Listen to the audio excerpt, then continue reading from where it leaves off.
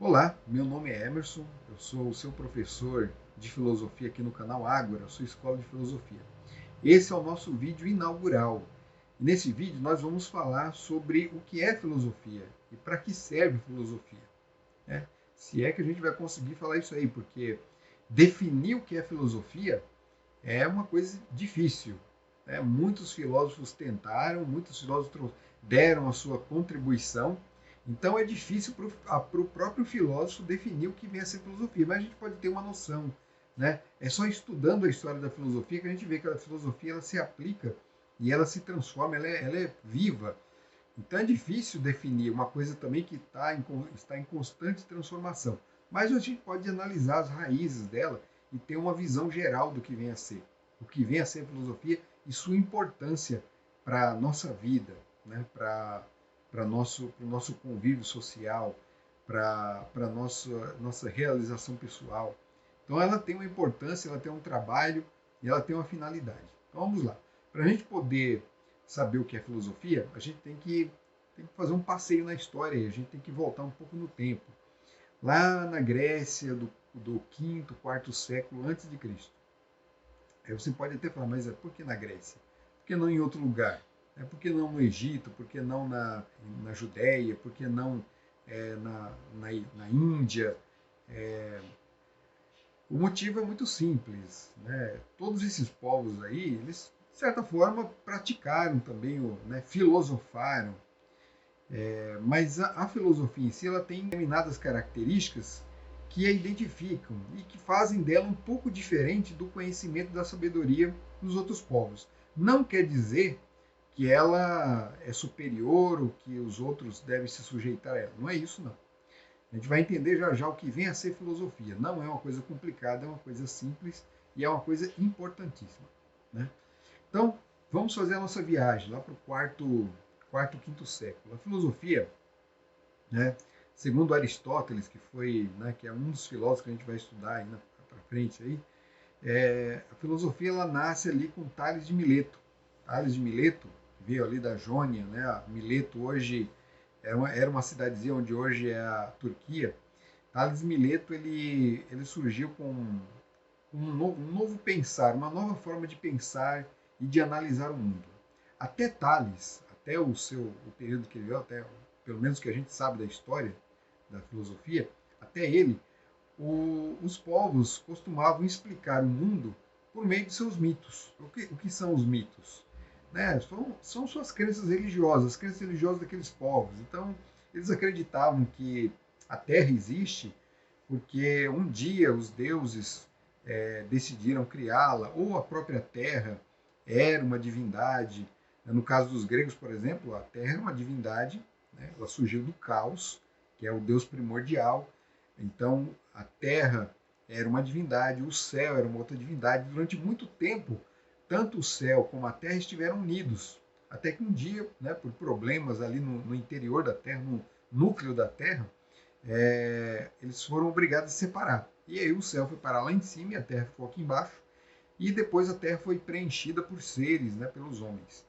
Então os mitos procuravam explicar a realidade que existia ali, né, que estava ali na frente daquelas comunidades, daqueles povos. Era a melhor explicação que eles tinham para tudo isso.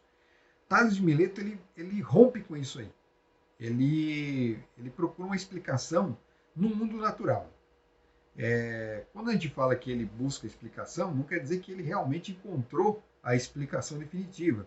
O que é interessante é o método que ele usou para isso. Então, Tales observou a natureza e ele percebeu, né, que a água estava em toda parte. Então, nós temos água nos rios e nós precisamos de água para viver. A pessoa consegue até viver um tempo sem comer, mas sem beber, os dias de vida dela não são muito longos, não. Então, nós temos uma necessidade muito grande da água. Tales percebeu que havia água nas árvores, dentro das árvores, a seiva era líquida. Do fruto nós tirávamos líquidos também, né? Os licores eram feitos, né? Por exemplo, a uva espremida, né? Dava, né? Beneficiava o povo ali com vinho. Dentro do corpo humano havia o sangue, né? Haviam outros líquidos também ali, alguns órgãos produziam certas substâncias que eles denominaram por humores. E então ele percebia que havia o líquido estava em toda parte, então a água estava em toda parte. Qual a conclusão que ele chegou? Ele chegou à conclusão de que a água era a essência de todas as coisas, né? Todas as coisas provinham da água, todas as coisas eram formadas da água. Conforme a água mudava de estado, ela se transformava numa outra substância. Então, Tales, a partir da observação da natureza, ele foi tirando essas conclusões. O que é interessante nesse filósofo é o método e o rompimento que ele fez com as explicações que eram dadas em sua época. Depois dele vieram outros filósofos, uns entendiam que a essência das coisas estava no ar, outro entendia que a essência estava no fogo, né? Alguns percebiam que a essência da natureza era a transformação. A natureza estava num eterno ritmo de transformação, o movimento dela era transformar. Outro não, outro acreditava que tudo era estático, que a transformação era pura aparência. Então aquela estaticidade era a essência das coisas. As coisas eram, né, são o que são, sem haver mudança, sem haver alteração. Filósofos vieram depois tentando harmonizar essas ideias. Então, o que a gente percebe ali com esses homens é o método que eles usaram, a observação, né, a análise da natureza. Eles evitavam as explicações mitológicas, explicações místicas, sobrenaturais das coisas. Então, esse foi o pulo, foi o salto que a cultura grega deu na história da humanidade. Então, isso não se evidenciou exatamente em outras culturas. Por isso que a gente fala em filosofia grega, a filosofia nascendo na Grécia. Podemos usar o nome filosofia para outras culturas? A gente pode também. Né? Por exemplo, lá no Oriente, né, na mesma época, né, por volta da mesma época, surgiu um sábio, né, Confúcio, e Confúcio ele elaborou toda uma teoria moral, uma teoria social, e essa teoria foi adotada pelos povos ali, os chineses, os japoneses, os coreanos, como princípio básico ali, né, como norte para a sua própria cultura, né, para a vida política, social, religiosa daqueles povos. Então nós podemos considerar Confúcio como um filósofo também, mas esse termo nem era usado por eles lá, não era usado. Então o filósofo é diferente, o filósofo mesmo, a filosofia mesmo surge ali na Grécia. O nome, o termo filosofia, quem deu origem, né, provavelmente foi Pitágoras. A gente sabe disso pelos escritos de Diógenes Laércio e por afirmações também de Aristóteles, mas o próprio Aristóteles se baseia em Diógenes, então a gente não tem certeza absoluta disso. Mas ao que tudo indica, né, ao que a tradição filosófica diz, é que Pitágoras foi interrogado certa vez, né, a respeito das suas atividades, o que ele era, né, qual era o seu trabalho, qual a função que ele exercia, e ele disse que ele não era um sábio, ele era um filósofo. Então, por que ele disse isso? Né? Qual é a diferença? Na Grécia existiam, na época dos gregos, os sábios, que eram os sofistas. O filósofo ele surge como um sábio diferente, né? Ele tinha uma proposta diferente. Qual que era a diferença? Então, para a gente entender, vamos analisar aqui o significado do nome, filosofia. Então, vejam aí na tela, a palavra filosofia, ela surge da união de duas palavras gregas. Philos, né? Ou filia, e sofia, que é da onde também vem sofos. A palavra philos, né, que é vertida aqui na nossa língua por philo, né, você pode usar, se expressar dessa forma também, philos, philo.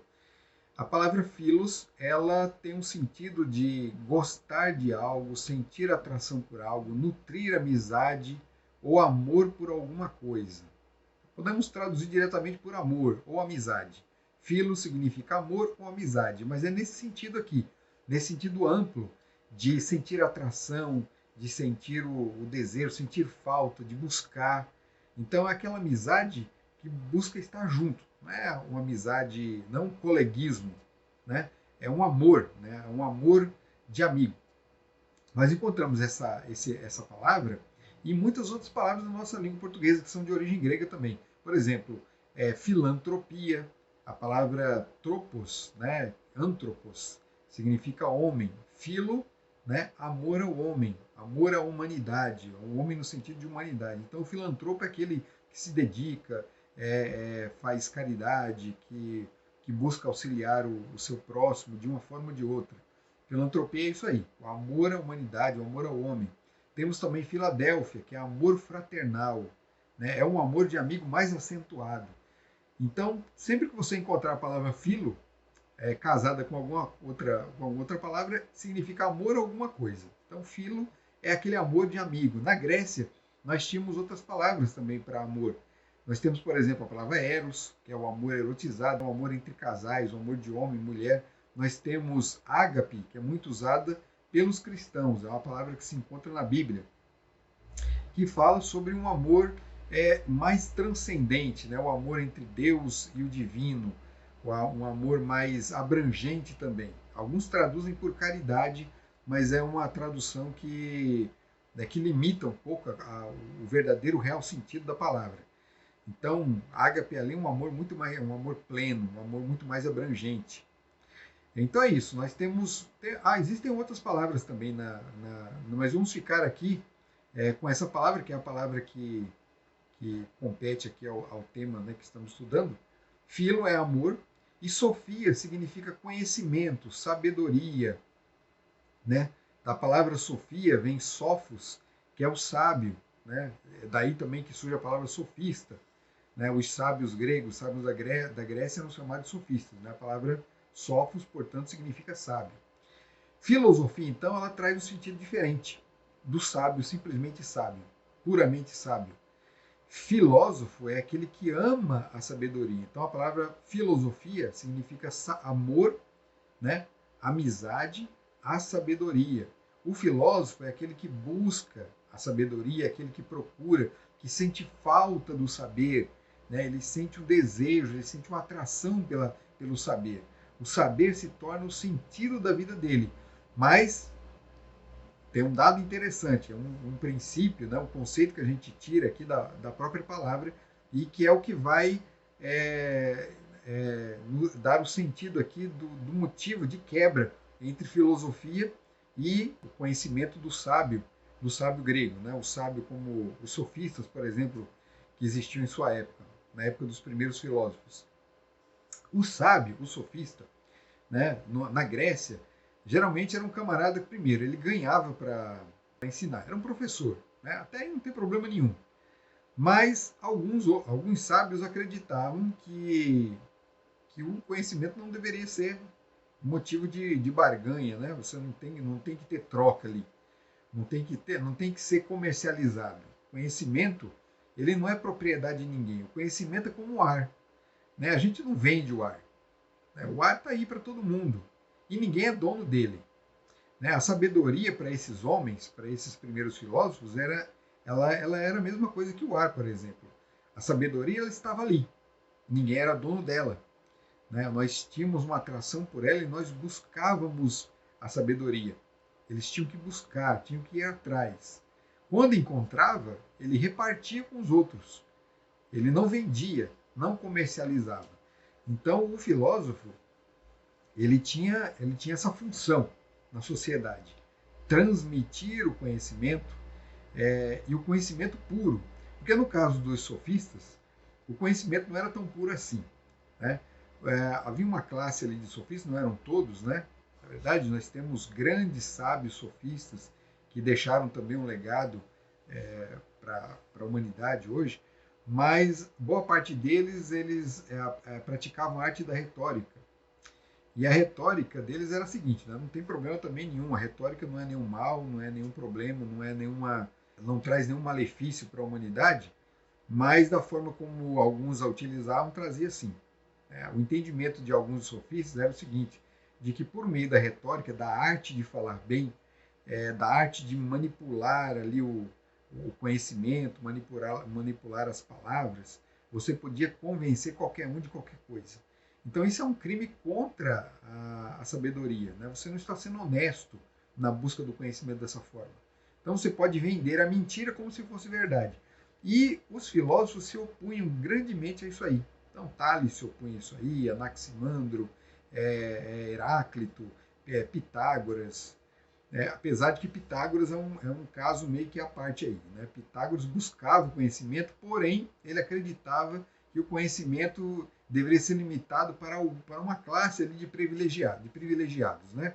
Então ele criou uma aristocracia do conhecimento. Né? O grupo deles era fechado e o conhecimento ali era um conhecimento misterioso, eles não podiam compartilhar. Né? Uma bobagem, né? Bobagem de uma... Né?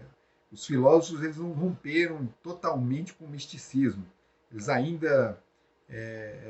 Pitágoras ele praticamente transformou a filosofia dele numa religião. Bom, mas de qualquer forma a palavra parece que surgiu com ele. E a palavra define isso, a palavra quer dizer isso. O filósofo é aquele que ama, aquele que busca o conhecimento. O conhecimento não lhe pertence, ao contrário do sábado, que se entendia como dono do conhecimento. Então ele era aquele camarada que sabia, e às vezes só ele sabia, ele dava se quisesse, se você quisesse você podia pagar, e ele transmitia para você. Então ele se sentia dono, o conhecimento era uma propriedade. Né? E para você ter, você tinha que barganhar com ele. O filósofo não. O filósofo ele tem uma missão. Né? Ele busca o conhecimento e ele compartilha. E ele não é dono do conhecimento, ele ama o conhecimento, ele vai atrás. Né? Então, Sócrates, por exemplo, ele vai a uma das grandes máximas da filosofia socrática, é aquela fala dele onde ele diz que só sei que nada sei. Né? Essa frase ela traz em si um paradoxo, né? Porque se você sabe que nada sabe, ou seja, você não sabe nada, então como é que você pode saber que não sabe? Então nós temos nesse paradoxo de Sócrates aí dois polos. Né? Sócrates ele estava num polo e tinha uma outra classe, que era, por exemplo, a classe que ele rejeitava, né? que ele nutria ali uma aversão, que era dos sofistas. Sócrates era aquele homem que só tinha um saber, só tinha um conhecimento. Né? Era o entendimento de que ele não conhecia coisa alguma. Né? E como é que ele chegou a isso? Né? A gente vai ver isso em outros vídeos, quando a gente for falar de Sócrates. Então, a princípio, entenda isso. Sócrates era aquele que entendia que não sabia coisa alguma. Mas na outra ponta do paradoxo, existem aqueles que são os sábios, e eles acreditam que possuem o conhecimento, que o conhecimento pertence a eles, mas eles não sabem que não sabem coisa alguma. Sócrates, quando entrar em contato com muitos desses sofistas aí, ele vai conseguir provar para eles que eles não sabem de nada, por meio do diálogo. Interessante que eles eram tão bem preparados na retórica, mas a fala de Sócrates, o método de Sócrates, a conversa, o diálogo dele conseguia levar eles ao entendimento de que não eram sábios, coisa alguma, que não entendiam nada. Né? Então, a filosofia é isso. É bem simples, não é? Mas para que serve a filosofia hoje? Né? Tem um texto aqui que eu separei de um pensador, o Deleuze. Ele diz o seguinte: a filosofia não serve nem ao Estado, nem à Igreja, que tem outras preocupações. Não serve a nenhum poder estabelecido. A filosofia serve para entristecer. A filosofia que não entristece a ninguém e não contraria ninguém não é uma filosofia. A filosofia serve para prejudicar a tolice, faz da tolice algo vergonhoso. Não tem outra serventia a não ser a seguinte: denunciar a baixeza do pensamento sob todas as suas formas. Então, aquele pensamento pré-estabelecido, né, aquele pensamento onde todos já estão ali bem fundamentados, ele pode ser questionado. E a filosofia existe como forma de questionamento. Não só de pensamento, né? Porque muita gente vai querer usar aí a filosofia no sentido político, né? Para ficar debatendo aí esquerda, direita, né? Vai querer usar a filosofia também para debater religiões, né? E tudo mais. Mas a filosofia não é isso. A filosofia é um método de pensamento. Ela é um método de pensamento. Ela vai ajudar você a ter um melhor senso crítico. Você pode achar que isso não traz serventia nenhuma, que isso não serve para nada, né? Mas pensa bem, olha bem o mundo ao seu redor, olha o mundo que você vive.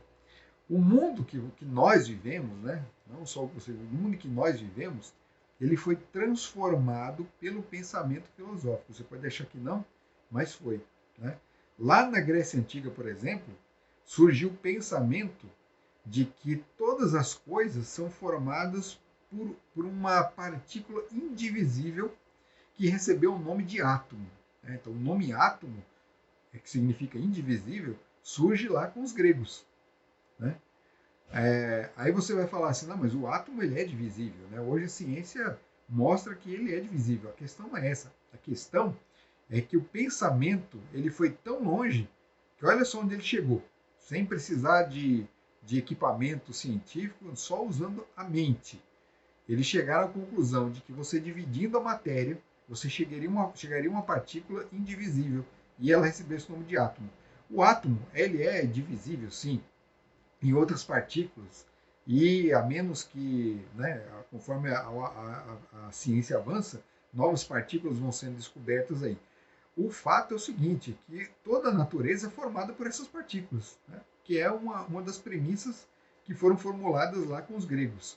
Olha o avanço na ciência com o começo da utilização do método de pensamento filosófico. Olha o quanto avançou. Eles acabaram de sair dos mitos e já deram esse passo. Se o mundo tivesse continuado assim, a ciência talvez hoje estivesse muito mais avançada, né? Porque ela teve né, há um período da história aí, na Idade Média, ela teve um bloqueio ali, né? Não quer dizer que ela não se desenvolveu, né? Muita coisa se descobriu ali, mas houve um bloqueio, a gente vai falar disso também em outros vídeos, que atrapalhou muito o desenvolvimento da ciência. Mas a ciência surge ali, com a filosofia, né? Os princípios que regem a ciência hoje surgiram com Aristóteles, filósofo, né? Um dos grandes filósofos, discípulo de Platão. Você está usando o celular agora aí, você está na frente do seu computador, talvez assistindo esse vídeo, né? Foi justamente pelo trabalho, né, de filósofos matemáticos que chegaram, né, que conseguiram transformar e melhorar a matemática, que chegaram ao código binário. E o código binário ele é utilizado hoje justamente nas tecnologias que estão aí na sua mão, né? Que estão à sua mão, estão à mão de praticamente a humanidade toda e causaram essa revolução nas comunicações. Então, a filosofia não é pouca coisa. A filosofia transforma o mundo, né? Transforma também para o mal às vezes, como tudo, né? Nada é perfeito nesse mundo e existe aí poderíamos chamar esse maniqueísmo, né? Existe o bem e o mal em todas as coisas, mas a filosofia também vai se perguntar o que é o bem e o que é o mal, né? A filosofia vai fazer perguntas sobre o que é o tempo. Você tem, por exemplo, o relógio aí. Se você perguntar para você que horas são, você sabe responder, né? São tantas horas, né? Meio-dia, são 3 horas da tarde. Mas, e se alguém te perguntar o que é o tempo, você vai saber responder? A filosofia faz esse questionamento. Ela se debruça sobre isso aí. E disso aí, né, de perguntas que parecem que não vão levar a coisa alguma, né, hoje em dia nós temos aí a física que traz respostas fantásticas sobre o tempo. Albert Einstein aparece dizendo que o tempo é relativo e que ele pode ser medido de formas diferentes, em lugares diferentes. O tempo aqui na Terra é um, o tempo no espaço é outro. Olha só quanta coisa nasce do conhecimento filosófico, né? A filosofia ela dá o pontapé inicial. Ela é um motor ali que vai mover todo o resto. Então, filosofia não é pouca coisa, né?